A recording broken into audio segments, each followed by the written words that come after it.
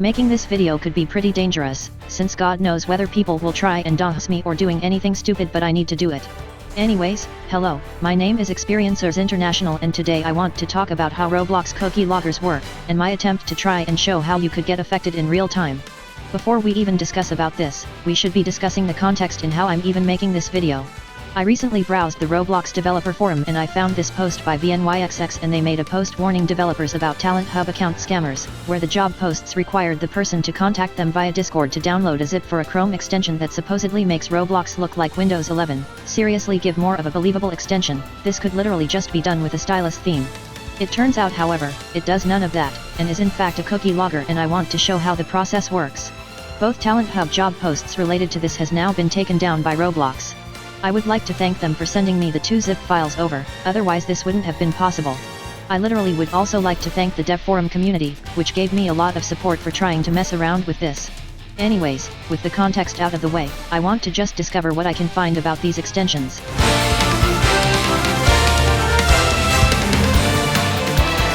They're both very small, being about 15 kilobytes, but they are both powerful, very powerful in the right hands.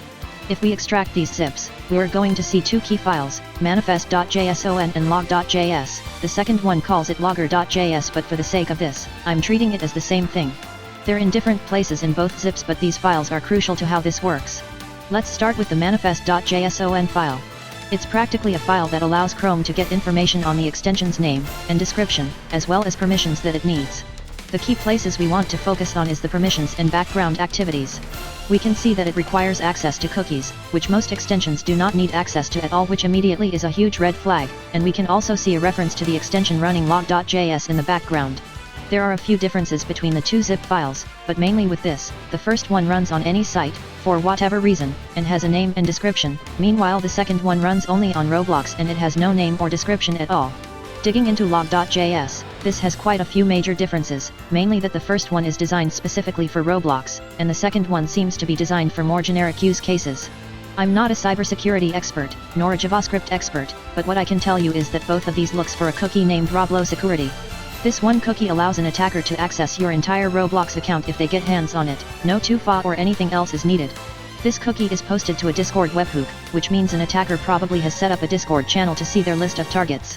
This allows people to funnel out Robux, limiteds, or even perhaps if they beam the right person, modify their games to have inappropriate content or other stuff. That's pretty much all that is in common between the two, but the first one collects a bit more information.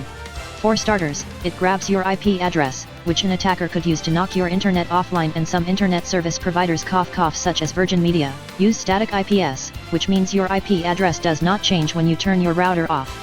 This could be incredibly annoying, and if your provider gives you a static IP, this means that you might have to go on a long phone call just to get your internet connection back. Although, based on what others have told me, this is more likely to stop Roblox from getting suspicious of where you are located, compared to where you usually sign in from.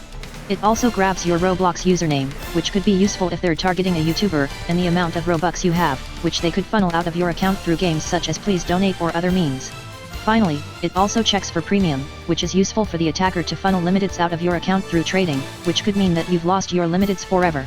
Also, something to note about this is that a GitHub account is mentioned here, which seems to host a template for this script, but I'm giving them the benefit of a doubt and just guessing that this is a proof of concept. The other one also looks to be a template, but there's nobody's GitHub account linked here. With that out of the way, it's time to see whether we get hacked within real time.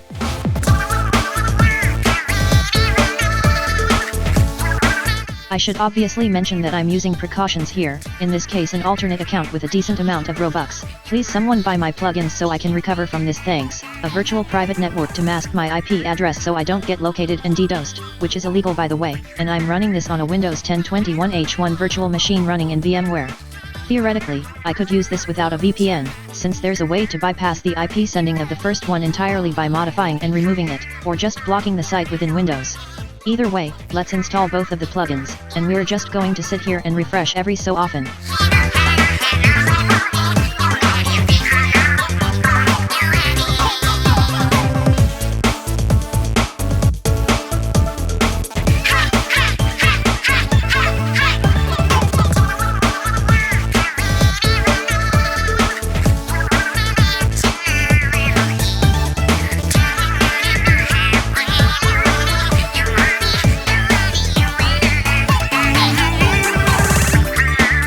I'll admit I gave up after 5 minutes, and I did notice the account went online at midnight, but nothing else has happened since, and I did perform a secure sign out 2 days later, and according to another dev forum member who was also given the script, they had spammed and shut down the webhook.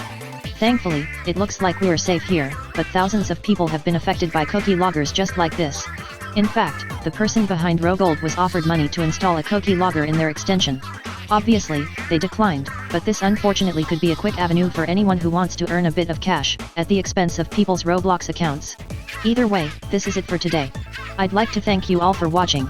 Since I ended up using some of my own Robux, if you guys want to, it would be incredibly appreciated if you could check out my 2 plugins on the plugin marketplace, Folder Tool Pro and Disable Core GUI functions. And, if you can, leave a like and share so this gets to as many people as possible.